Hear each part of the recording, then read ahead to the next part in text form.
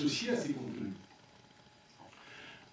Et les modèles d'affaires qu'on évoquait, ils jouent justement sur cette capacité de penser et d'organiser différemment ces plateformes de prescription, en réduisant le bruit informationnel, en permettant un meilleur matching, en organisant à la fois la massification des contenus et un traitement spécifique des consommateurs.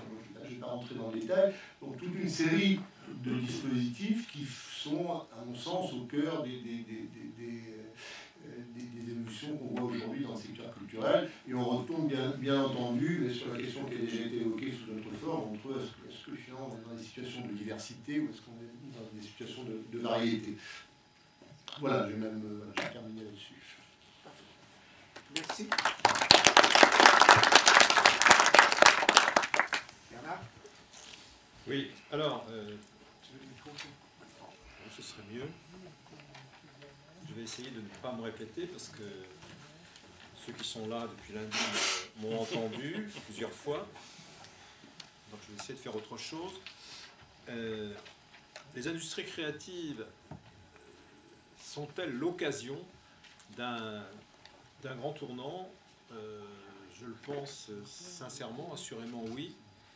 Même si je suis sensible aux arguments de Jean-Louis Lacroix, qui présente les industries créatives comme un faux semblant conceptuel. Enfin, c'est effectivement un faux semblant conceptuel, mais peut-être à la différence de Jean-Guy, je pense que ce faux semblant, il faut le prendre au sérieux.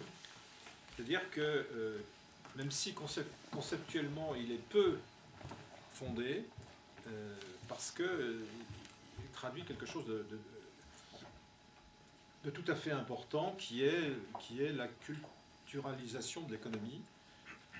Et moi je suis très attentif à la décision de l'Assemblée générale des Nations Unies de décembre 2010, c'est pas vieux, où à l'unanimité a été adoptée une déclaration, et cette déclaration insiste pour tous les pays du monde sur l'importance du rapport entre culture et développement.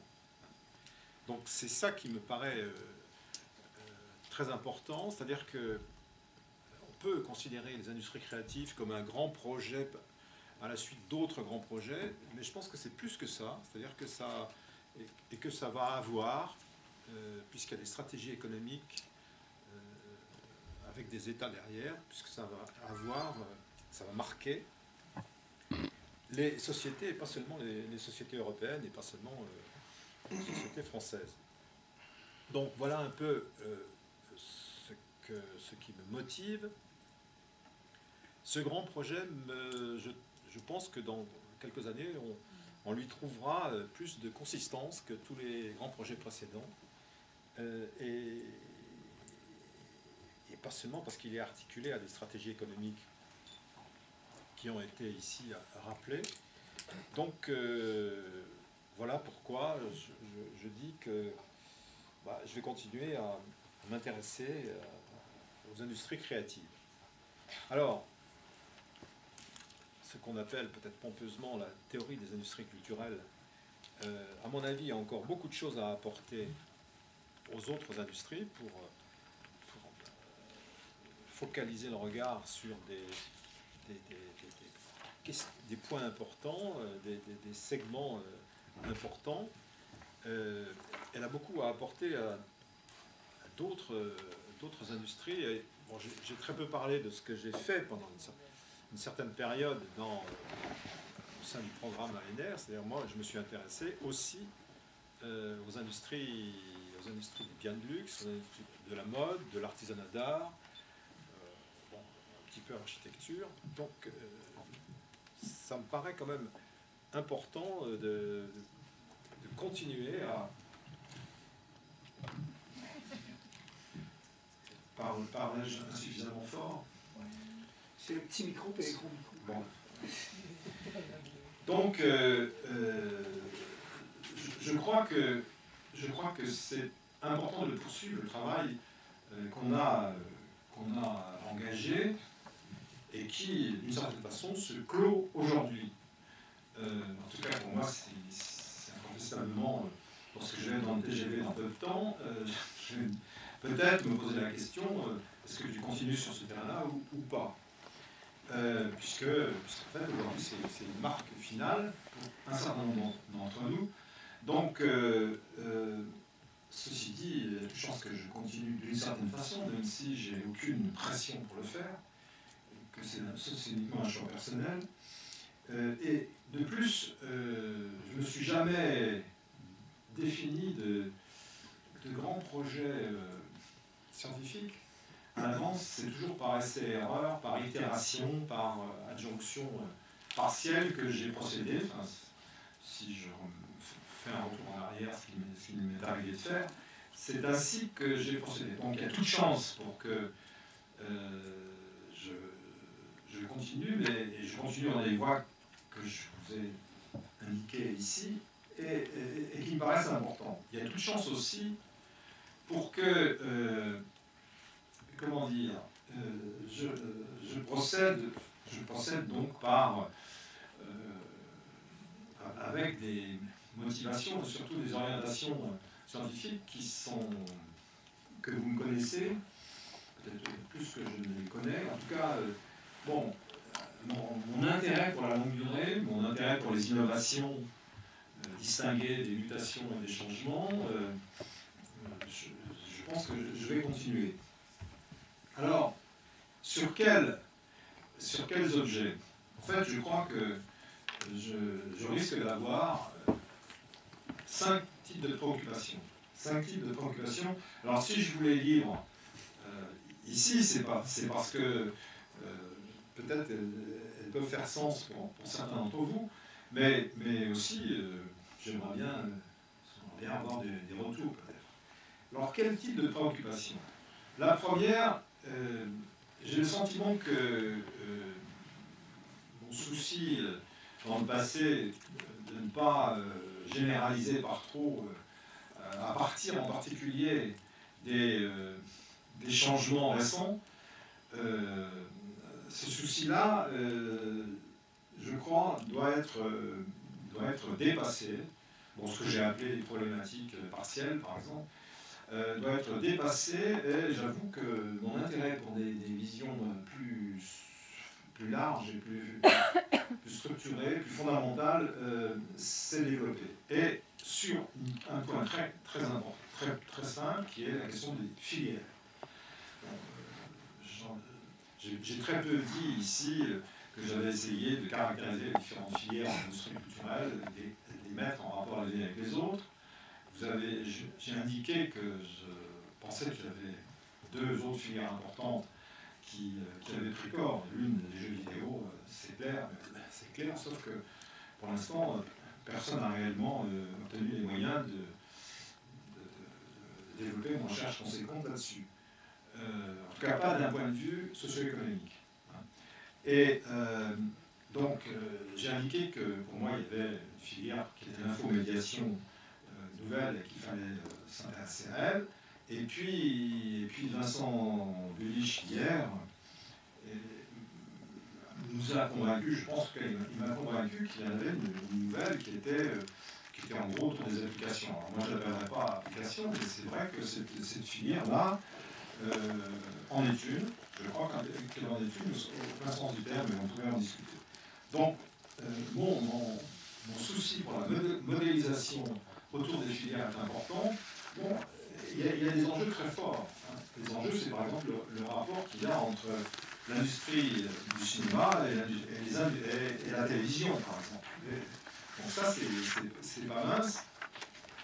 Et puis on peut faire des rapprochements du même ordre dans la musique, ou avec l'industrie du spectacle, qui évidemment a changé beaucoup et a des modes de fonctionnement industriel maintenant.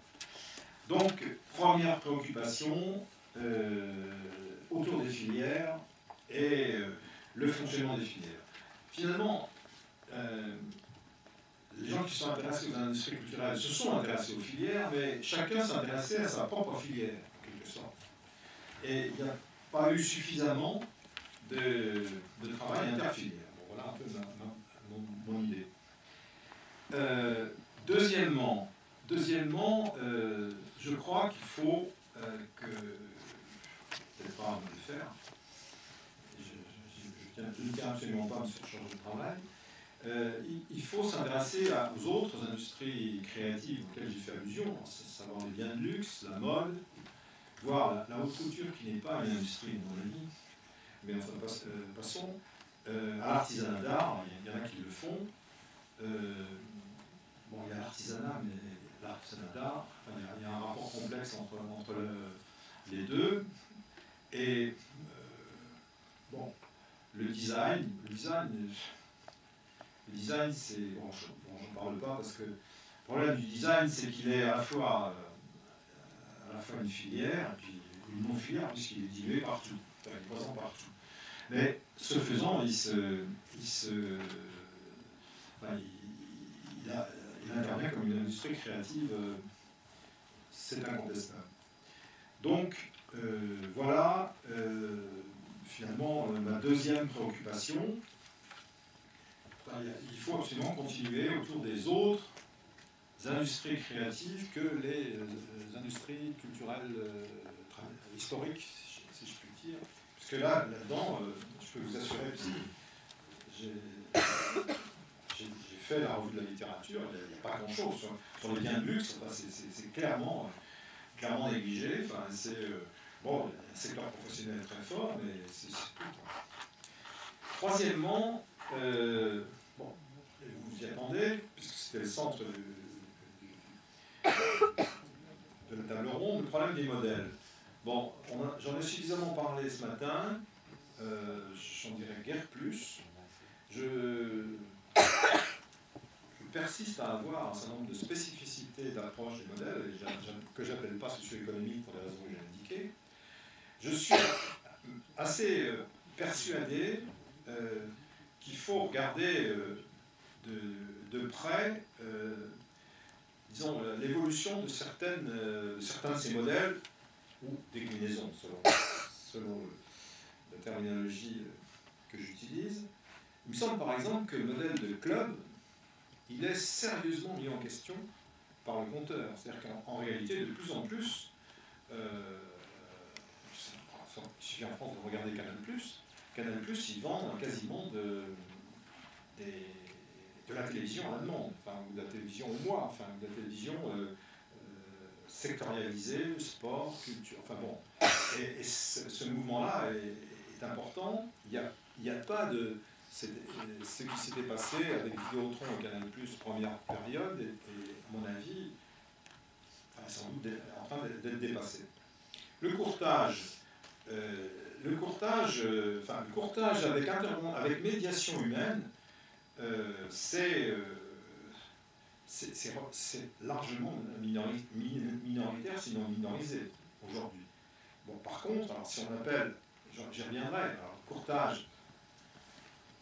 le courtage informationnel, c'est-à-dire un courtage via des plateformes, moi je n'avais pas forcément tout ce qui est mis derrière ça du courtage, parce qu'il n'y a pas que du courtage dans cette affaire. Donc là, il y a un problème quasiment terminologique très important. Et puis, ça a été évoqué d'une autre façon par mon voisin tout à l'heure. En même temps, lorsqu'on dit qu'il y a hyper-offre, et que dans une même filière, enfin, il y a des, sur mon langage, des blockbusters. Toi, tu parles des produits low seller et bon. Moi, je ne dis pas, c'est pas seulement vendeur, parce qu'avant d'être vendus, ils sont conçus, produits, etc. En tout cas, alors c'est des blockbusters d'un côté et puis des produits de niche de l'autre. Il y a un réel problème et il y a un problème de fonctionnement de la filière. Et ça, ça se passe un peu partout et ça tend à se passer ça tendra à se passer de plus en plus et je crois qu'il y a un problème. Bon, mais c'est vrai que sur la question des modèles, c'est l'intermédiation qui est centrale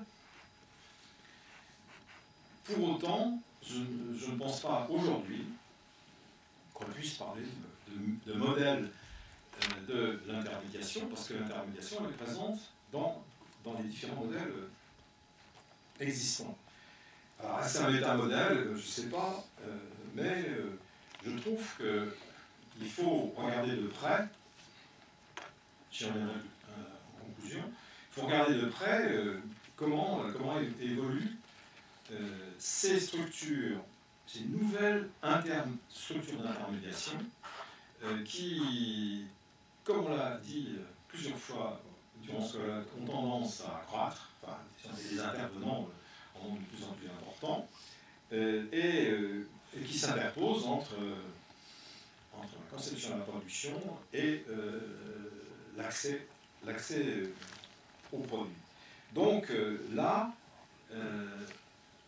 je pense qu'on n'a pas réglé la question. Même si on parle de l'intermédiation beaucoup à partir justement des plateformes, on a raison de s'intéresser aux plateformes, ça je l'ai dit, je le redis, c'est vraiment théoriquement et politiquement la question des plateformes est centrale. Enfin, ça c'est dans toutes les filières. Mais en tout cas, sur l'intermédiation, il y a évidemment une réflexion à poursuivre. Quatrième préoccupation, alors celle-là j'en ai pas parlé, il en a été très peu question dans ce colloque, pour cause, sauf notre ami Burkinabe a posé la question une fois, c'est que, bien entendu, le problème des industries créatives, des industries culturelles et créatives, parce que maintenant, il semble admis, au niveau de l'UNESCO par exemple, qu'il faille parler d'industrie culturelle et créative. Le problème, il n'est pas seulement français ou européen, ou anglais, il est mondial. Et dans les autres régions du monde, ça se passe autrement. Donc moi, personnellement, j'ai été associé à différentes choses qui sont passées, des sessions de formation, à des réflexions, des séminaires, etc., en Afrique. Et bon, je vais continuer parce que c'est très différent ce qui se passe en Afrique sous le label industrie créative. D'abord, la plupart de ce qu'on appelle l'industrie créative sur le terrain, quelques exceptions près, comme l'artisanat d'art, ensuite le tourisme, comme la mode, c'est des industries culturelles, point. C'est pas autre chose. Et puis, le problème, c'est que ce n'est même pas encore des industries culturelles, c'est des industries culturelles potentielles, mais il y a visiblement une très forte incitation aux différents États, disons, à faire entrer dans le marché, et plus largement dans un cadre industriel, même si c'est parfois modeste, toute une série d'activités culturelles dans toute l'Afrique aujourd'hui. Dans une dizaine de jours, il y a à Tunis, à côté de Tunis, on est quelques années ici à participer à un petit colloque, sur cette question-là. Bon, ce dont on parle ici, il en est question ailleurs. Et dans d'autres régions du monde, ça se passe différemment. Sans oublier, comme tu sais, mon cher BP, la Chine, hein, où bon, on a des choses en discussion, etc. Voilà. Donc, j'ai le sentiment que ce colloque, aboutissement d'un programme de recherche, bon, est une réussite, du moins, bon, tel qu'il s'est déroulé, on ne peut peut-être pas espérer mieux, mais à partir de là, c'est vrai qu'il y a plein de questions qui se posent, dont celle-là. Pour moi, c'est sans doute, peut-être que je passerai le plus de temps sur l'Afrique. Enfin, un dernier point, cinquième préoccupation, donc je vais terminer. Il y a une question stratégique que j'ai soulevée dans ma première intervention, et celle-là, elle est de taille. C'est le rapport entre les industries de la communication dans leur diversité, pas seulement les 4 ou 5 majors, avec les industries de la culture et de l'information. Autrement dit, ce qui s'est passé depuis quelques années, et pas tellement d'années d'ailleurs, entre Apple, Google, Facebook, Amazon et les industries de la culture et de l'information est absolument centrale. Donc là, moi je suis programmé pour suivre ça parce que ça me paraît décisif. Et qu'est-ce qui est le plus important à voir? C'est si ces 4 ou 5 grands, etc., vont intervenir dans les contenus, sous quelle forme vont-ils intervenir dans les contenus? Bon, bien sûr, il faut s'intéresser aux plateformes, bien sûr, il faut s'intéresser aux différents modèles d'affaires qui émergent. Hein. Mais ce que va faire Google, à mon avis, est un élément clé central. Si on avait fait ce colloque en 2008, on n'aurait absolument pas posé la question dans ces termes-là, parce qu'on n'aurait pas anticipé, ou alors il y a peut-être des gens géniaux parmi nous, anticiper ce type de développement. Je veux dire, il faut être prêt à le voir. Voilà mes préoccupations à l'issue de ce colloque. Et je voudrais me féliciter des échanges que nous avons eus, parce que ces échanges ont été riches et éclairants pour moi. Merci Bernard. C'est à moi. Je ne sais pas si ça va marcher. Voilà, oui. Ça va? Ça marche? Non, c'est plus Bon. efficace. Oui, tiens. Merci. Merci beaucoup. Alors d'abord, je voudrais reprendre une chose qu'a dit Bernard maintenant, et cela regarde l'importance de suivre les conseils des industries créatives, pas comme instrument opérationnel pour comprendre le développement de l'industrie culturelle, etc., mais surtout au niveau politique, parce que les termes et l'idée de l'industrie créative est devenue une label politique dans beaucoup de pays. Tous les gouvernements, au niveau local, au niveau central, parlent. Mais là-dedans, on ne comprend pas qu'est-ce qu'il y a exactement. Et pour nous, je pense qu'on est d'accord avec ce que Bernard Neige a écrit, mais Schlesinger a écrit, Nicolas Garn et des autres amis, ils ont déjà dit depuis longtemps, c'est que dedans, cette groupe d'industries créatives, il y a des choses qui n'ont pas une cohérence. Hein. L'architecture d'un côté, l'antiquaire des autres, avec l'industrie des médias, sont des choses... Oui, peut-être on peut trouver des passerelles, mais elles ne sont plus les choses qui séparent que celles qui unissent. Et à ce niveau-là, il faut dire une chose que jusqu'à maintenant, je crois, il n'a été pas encore dit dans cette colloque. Et c'est la suivante. Comme vous savez, tout l'esprit des industries créatives et toutes les idées qu'ils ont lancées, ce concept, ont été liés à un raisonnement qui, je simplifie, que c'est le suivant. Si on développe les industries créatives, on peut penser qu'il y aura des retombées sur l'économie en général.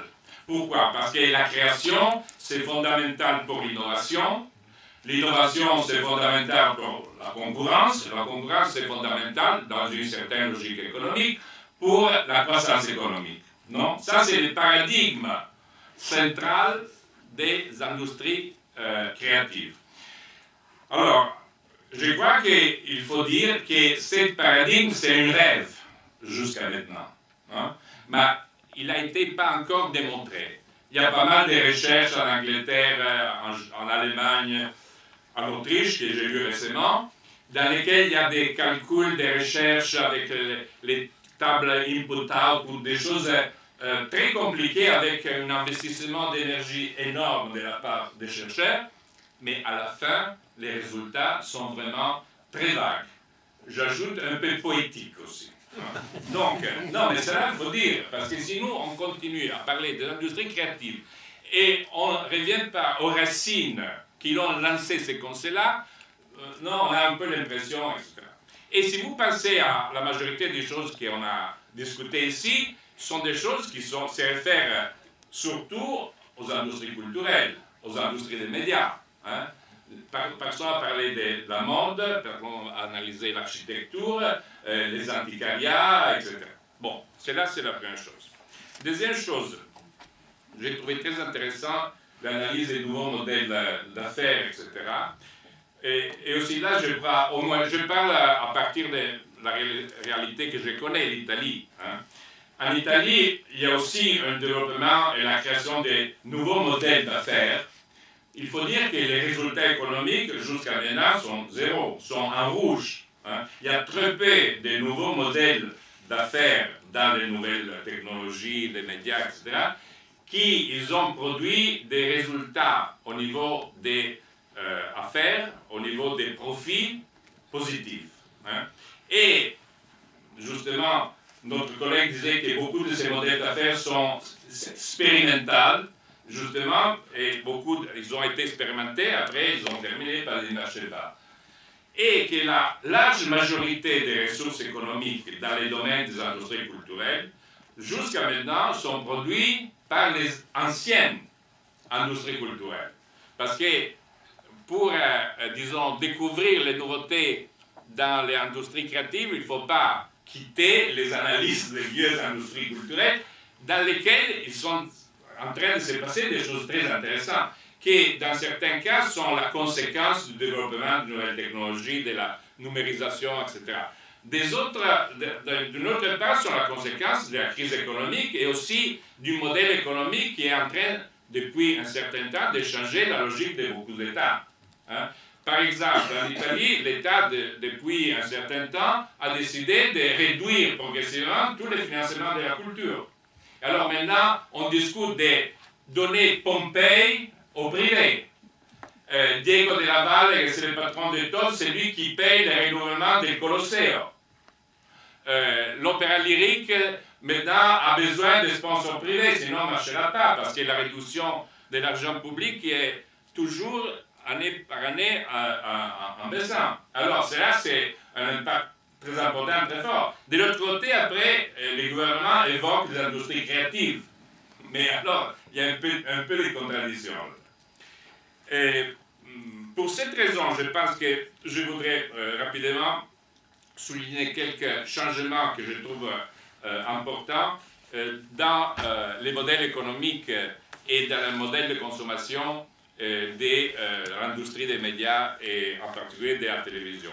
Parce que, comme vous savez, disons, les ressources économiques de la télévision, d'un côté, la consommation de télévision dans beaucoup de pays est en train d'augmenter. Hein, à travers la télévision traditionnelle, à travers les téléphones, à travers Internet, mais la consommation des programmes télévisés est en train de monter un peu partout. De l'autre côté, et c'est contradictoire, mais c'est vrai, les ressources de la télévision sont en crise. Seulement, ce qui marche très bien en Italie, c'est la télévision à péage. Mais le reste a une très forte réduction au niveau de la publicité. Et la redevance, c'est toujours contesté. Pas seulement en Italie, aussi dans les autres pays. Donc, le financement public à travers la redevance, c'est une chose très, très sûre. Et sûrement, c'est une source de financement qui très difficilement pourra augmenter. Tandis que les coûts de la télévision sont en train d'augmenter. Alors, là, qu'est-ce qui se passe? Ce qui se passe que d'un côté, les publicitaires, ils sont en train de quitter la télévision pour passer à Internet, pour des raisons que nous savons, un contrôle plus facile des gens qui regardent les spots interactifs, etc.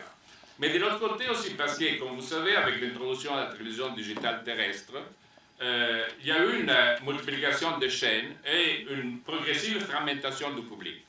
Aujourd'hui, si on va voir en France, en Italie, dans tous les pays, on voit qu'il y a la présence dans l'offre en clair de télévision, des dizaines de chaînes qui ont 0,5, 1,5% de share. Tout cela, pour la publicité, c'est zéro. Hein, parce qu'investir dans des chaînes comme ça, c'est impossible. Et l'ensemble de ces chaînes-là, on commence à faire les 30-35%. Donc, sont 35% qui a été levé par la télévision traditionnelle. Alors, qu'est-ce qui se passe là? Comme vous savez, une des choses intéressantes à suivre aujourd'hui, c'est tous les phénomènes de la des changements de la promotion publicitaire en quittant les spots traditionnels et en mettant dedans la narration des films et des séries télévisuelles, la promotion des produits. Et vous savez que la dernière directive Télévision sans frontières, d'il y a 4 ans, a ouvert les portes au product placement, qui est exactement ça. Pourquoi? Parce que les publicités doivent rejoindre le public. Le public a beaucoup d'instruments pour éliminer la publicité quand il passe à la télévision. Et de l'autre côté, pas seulement le product placement dans les programmes de télévision, mais encore plus dans les films. Hein.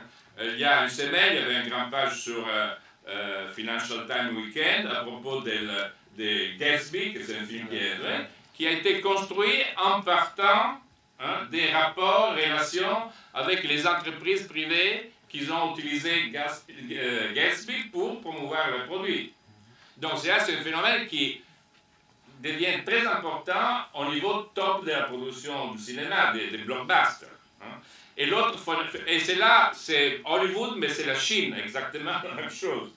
Et l'autre phénomène intéressant, c'est ce qu'on appelle branded entertainment. Désormais, toujours plus sur les entreprises qui produisent directement la fiction.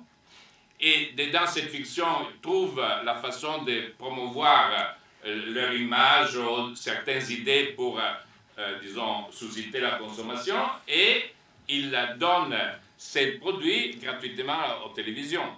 Mais ce sont seulement 2 exemples pour signaler comment les modèles de financement, les modèles économiques de la télévision, qui reste toujours le moyen plus important au niveau de communication, sont en train de changer. Et le problème, ce n'est pas seulement le changement du modèle politique, mais le problème, c'est le changement du contenu.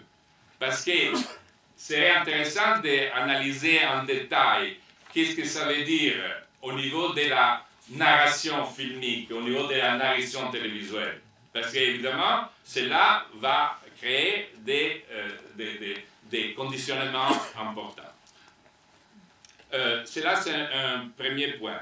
L'autre point que je voulais signaler, qui m'intéresse beaucoup, c'est le fait que la fragmentation des chaînes de télévision et donc la fragmentation du public a un impact direct sur la production audiovisuelle. Pourquoi? Parce que c'est évident que si on augmente le nombre de chaînes qui ont 1, 2, 3% des shares, il faut absolument réduire l'investissement dans les programmes. Hein.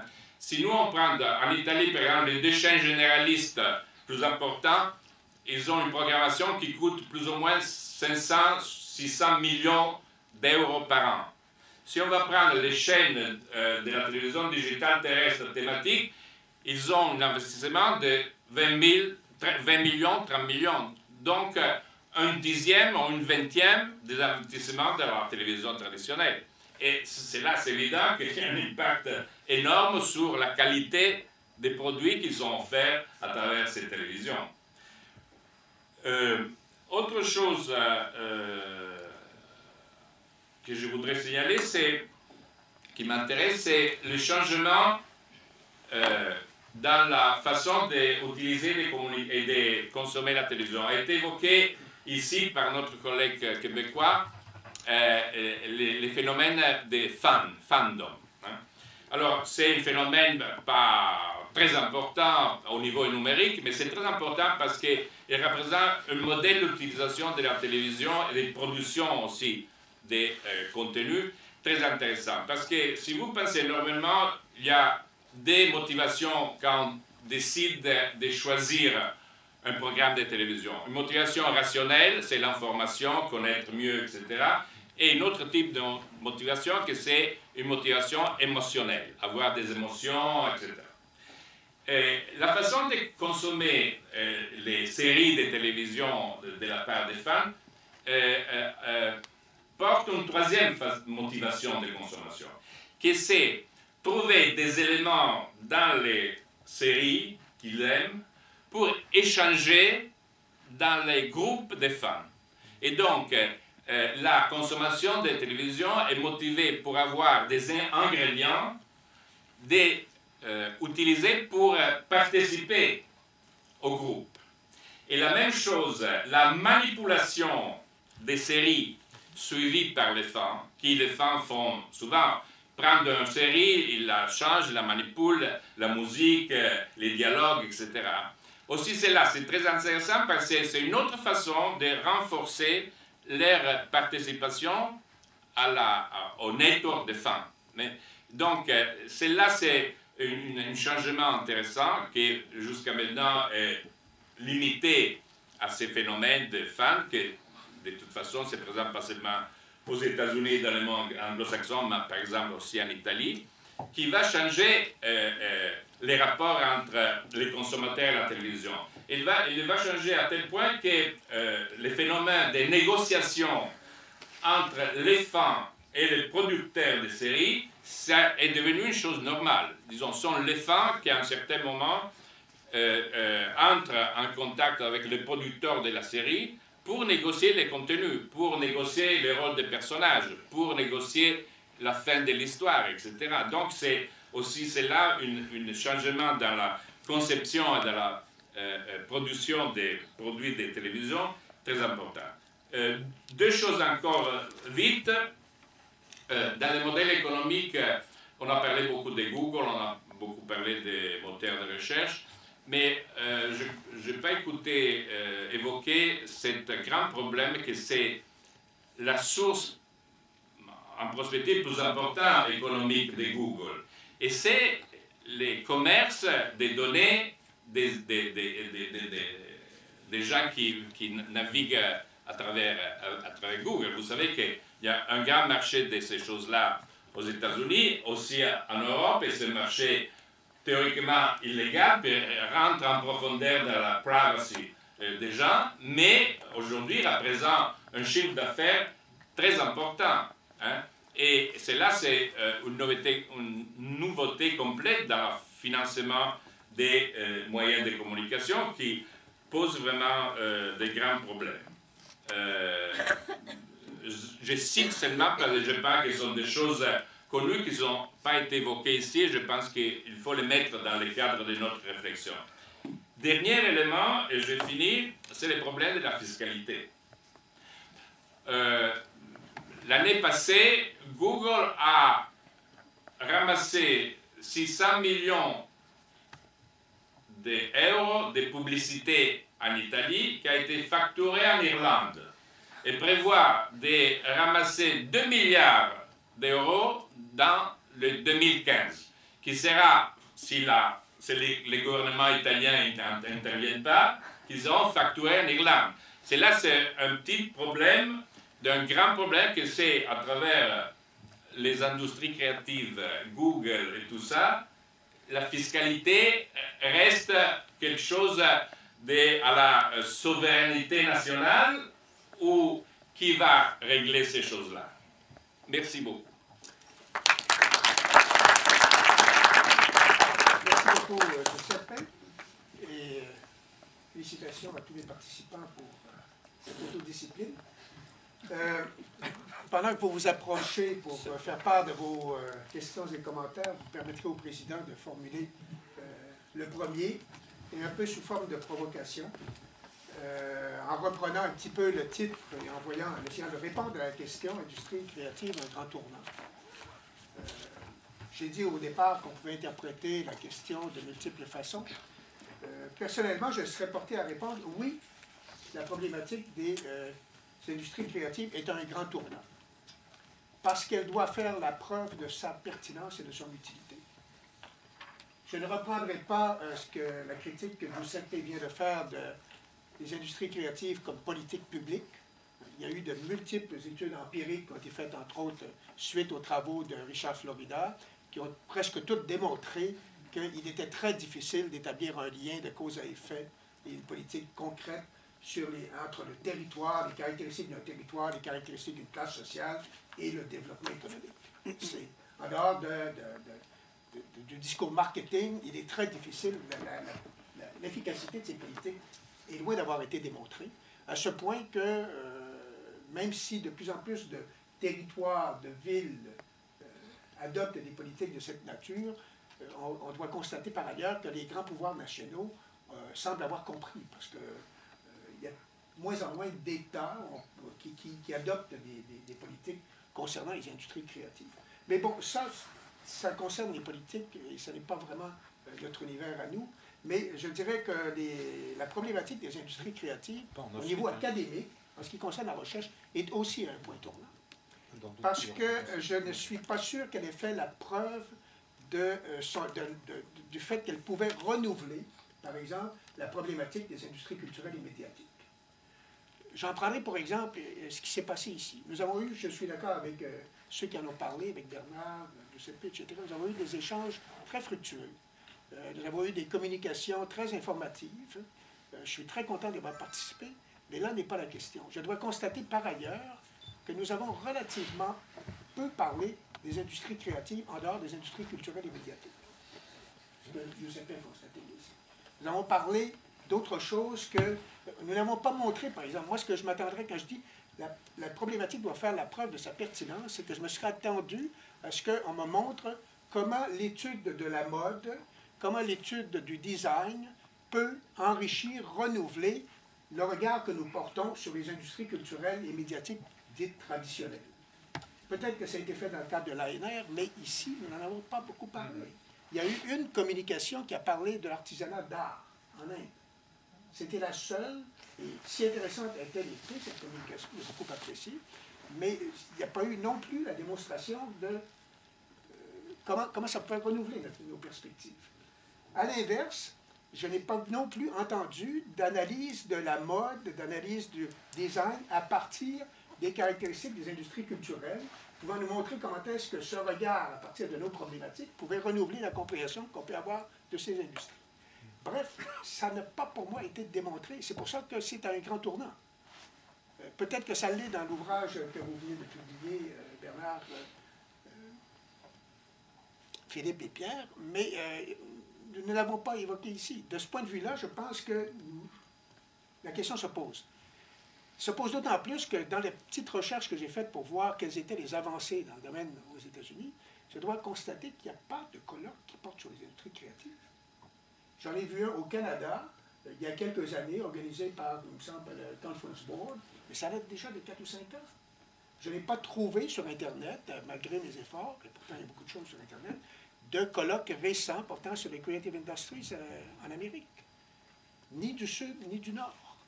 Il y a là comme un indicateur. Même les Britanniques, qui ont été les premiers à mettre de l'avant ces problématiques, l'abandonnent. Alors, il y a là comme un questionnement. Je n'ai pas vu ni de publication, ni de colloque portant là-dessus. Il me semble que ça doit nous questionner. Des amis britanniques que je connais diraient que oui, en France, on en parle parce que la France a toujours, les Français ont toujours été beaucoup plus préoccupés que les autres par la culture. Et c'est vrai. Et soyons-en fiers. Hein, les questions culturelles nous préoccupent plus que les anglo-saxons et les autres. Mais ça doit aussi nous questionner sur, il me semble, la pertinence de la problématique en termes d'industrie créative. Alors, de quoi avons-nous parlé? On parlait, oui, des politiques créatives à propos des territoires, avec tous les questionnements, les enjeux qui sont associés. Par exemple, on a parlé du développement du territoire dans lequel nous nous trouvons. Ça a été passionnant encore. Et nous avons surtout parlé, mais surtout, des grands défis que posent aux industries culturelles et médiatiques le développement des réseaux numériques. Oui. Et je comprends, c'est ça le grand enjeu. Et partout, il est là. Bon, on peut me dire, oui, il y a de l'industrie créative, il y a de la créativité là-dedans, oui, mais ce n'est pas comme Pierre-Jean l'a dit, ce n'est pas uniquement du côté de la créativité que les problèmes se posent. Ça se pose aussi au niveau de la distribution, des rapports entre les distributeurs et les usagers, des rapports avec les créateurs. Nos grands défis sont là. Hein. Les grandes questions qui se posent sur toutes les filières traditionnelles des industries de la culture et des médias sont là.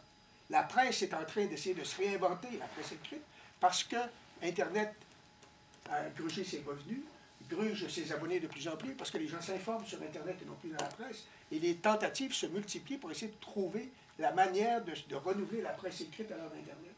Je rencontre actuellement des gens qui travaillent dans le secteur audiovisuel, et une des questions que je leur pose, c'est à propos des industries éducatives, et l'autre à propos d'Internet. Et tous les grands réseaux de télévision sont en recherche, parfois avec des solutions assez heureuses, parfois non, de manière de composer avec ce grand défi qui leur est posé. Et il n'y a pas encore, du côté des producteurs télévisuels, des producteurs audiovisuels, ils ne voient pas encore, ils n'ont pas trouvé de manière de financer les producteurs individuels sur le net. Pas beaucoup. Il reste que le financement de la production individuelle, parce qu'elle implique des moyens importants, doit trouver son financement ailleurs, dans la publicité, dans l'aide publique. Bon, bref, je m'excuse d'avoir été un petit peu long, mais de manière provocative, hein, si j'essaie de répondre au titre, oui, cette problématique est un grand tournant. Et il est urgent de montrer si elle peut être pertinente, ou l'abandonner, ou parce que peut-être que de mettre l'accent sur et de chercher la pertinence de l'industrie créative peut, comme Jean-Guy l'a évoqué, nous dévier un petit peu de d'autres préoccupations, de d'autres questionnements qui seraient plus urgents. Voilà. Mais si je te comprends bien, tu es en train de dire que c'est un tournant, mais qu'on n'arrive pas à le déterminer, pas à le repérer. Ça me semble un peu contradictoire. Oui. Je vous ai... Oui. Difficile, ça enlève le... Oui, on reçoit pas assez. C'est pour surenchérir ce que tu dis. Alors, je vous ai dit que j'avais quitté mes collègues pendant un certain temps, et honnêtement, quand j'ai vu ce titre-là, j'ai eu la réaction de Jean-Guy, qu'est-ce que c'est cette histoire-là? L'industrie créative, tout sociologue minimal disait ça n'a pas de sens, c'est de l'idéologie, c'est un label qu'on se donne et tout et tout. Et honnêtement, c'était ça ma première réaction.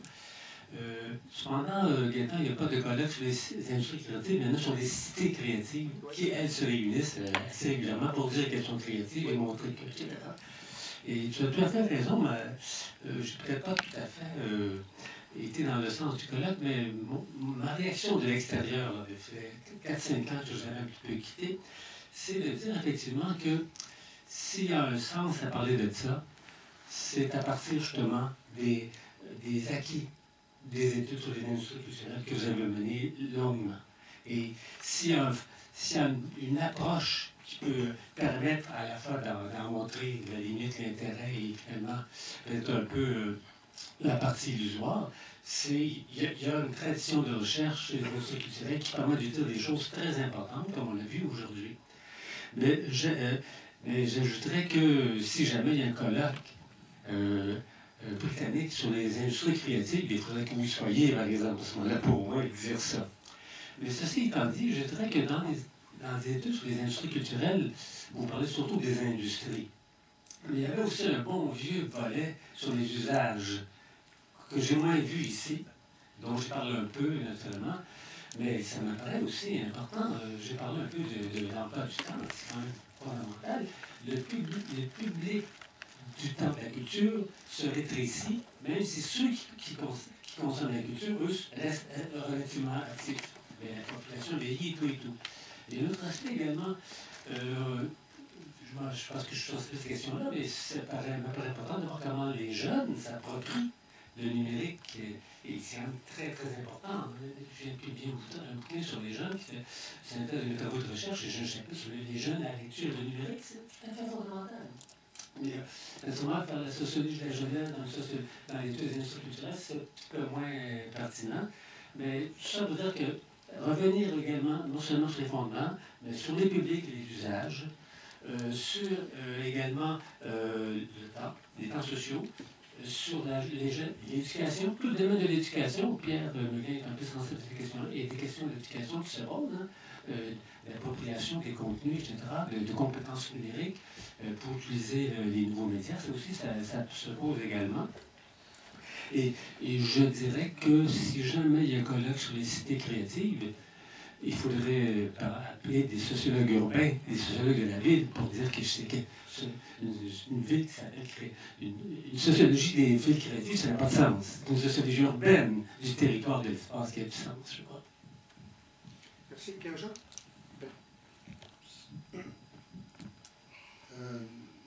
Oui, enfin, deux remarques un peu en rebond à ton constat.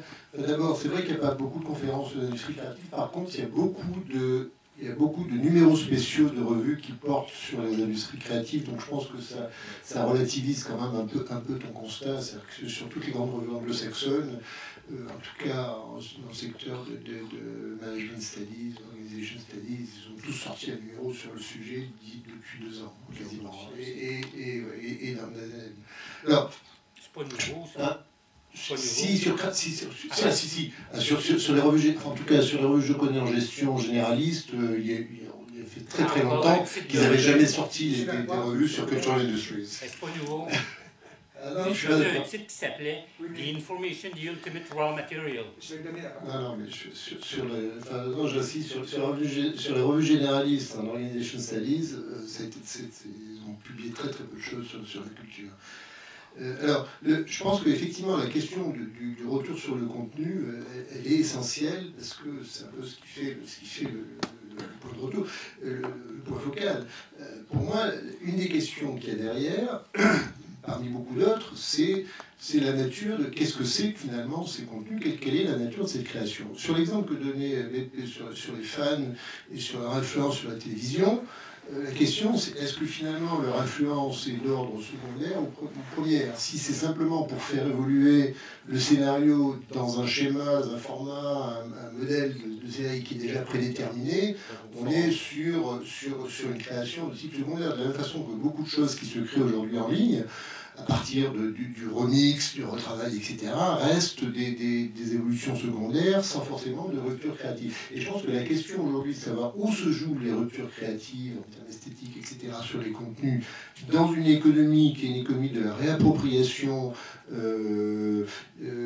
d'une sous-professionnalisation dans certains cas, etc., me semble absolument essentiel. Et d'ailleurs, même si on regarde les villes créatives, je suis frappé qu'on aille à Glasgow, à Anvers, à, je sais pas, à Lyon, etc., on retrouve exactement les mêmes choses, au Turin, les friches industrielles qui sont remises à neuf avec de l'art contemporain, des quartiers, des anciens quartiers de prostitution, etc., qui sont réhabilités, etc., mais sur des formes de réhabilitation et d'évolution qui font qu'on a l'impression de se retrouver finalement avec des grands musées un peu dans les mêmes villes, même si finalement la langue change, la nourriture n'est pas exactement la même, etc. Donc il y a une vraie question de la nature primaire ou fondamentale des ruptures esthétiques. Le deuxième point sur lequel je vais revenir, sur l'organisation du colloque, je pense que sur ton constat, finalement, on n'a pas beaucoup parlé des industries créatives. Je pense que c'est en partie lié, à mon avis, lié aux personnes qui ont présenté, etc. Parce que je pense qu'il y a un vrai, on pourrait l'avoir, mais il y a un vrai débat à voir. Pour moi, la question, ce sur quoi met l'accent la question des industries créatives, et je suis très critique sur la notion, sur le concept, etc. Et ce sur quoi ça met l'accent pour moi, c'est d'une part, je pense que Thomas a dû en parler hier, la question du management de la créativité. Qu'est-ce que ça veut dire qu'organiser la production de contenu sur des objectifs qui ne sont pas strictement économiques, mais qui visent à l'amélioration d'une œuvre, d'une forme, etc. Et comment arriver à s'organiser pour produire un parfum, un plat de cuisine, un objet d'art, le design d'une voiture, etc. Je pense qu'on retombe sur des questions sur lesquelles les mondes de la culture ont des choses à dire. Faire travailler des compétences complémentaires, faire de la coopération en création, structurer un peu les délivrables, travailler sur des scénarios, sur des pitchs, etc. avant de mettre en forme. Donc il y a toute une forme d'organisation de la production et de la création sur lesquelles il me semble que la culture a des choses à dire aux industries créatives. De la même façon, et je conclurai là-dessus, ce que la culture a à dire, en tout cas les échanges entre culture et industrie créative sont importants sur la manière dont sont construits la valeur symbolique à partir de contenu. Et ça, que ça soit une voiture signée Pininfarina ou une sculpture d'art contemporain qu'on va mettre dans le jardin de Versailles, c'est exactement la même question. C'est quelle est la valeur ajoutée économique qui est créée par des contenus qui sont non strictement réductibles à la valeur de production. Et je pense que sur ces questions-là, on a des modèles économiques, à la fois dans la culture, mais aussi dans d'autres domaines plus industriels, qui sont intéressants à comparer et à mettre en relation. Merci. Philippe? Merci. Je désolé, j'ai dû m'absenter, donc j'ai entendu que la fin de ton intervention, Gaëtan, et je dois dire que je ne suis pas du tout d'accord. Mais Pierre-Jean a déjà, je pense, apporté des éléments importants. Tu as parlé des États-Unis, on pourrait parler de la Chine, on pourrait parler de l'Afrique, on pourrait parler de tout ce que font les organisations internationales. Donc si on change un peu le périmètre géographique, on aboutit à un constat tout à fait opposé au tien. Deuxième point, je reprendrai ce qu'a dit Pierre-Jean, mais aussi avec les mots peut-être de Pierre tout à l'heure. Lorsque Pierre évoquait l'idée que pour nous, une des questions, ce n'est pas simplement la fusion des industries culturelles dans les industries créatives, mais de voir en quoi les modèles des industries culturelles pouvaient se répandre dans d'autres activités. C'est un petit peu ce qu'a dit Pierre-Jean, et c'est quelque chose qui nous a intéressés. On l'a sans doute pas assez abordé lors du colloque, mais je pense que c'est plutôt comme ça que nous posons les questions, et non pas dans l'autre sens. Et troisième élément, et là aussi c'est abordé par Pierre-Jean à travers la création des valeurs symboliques.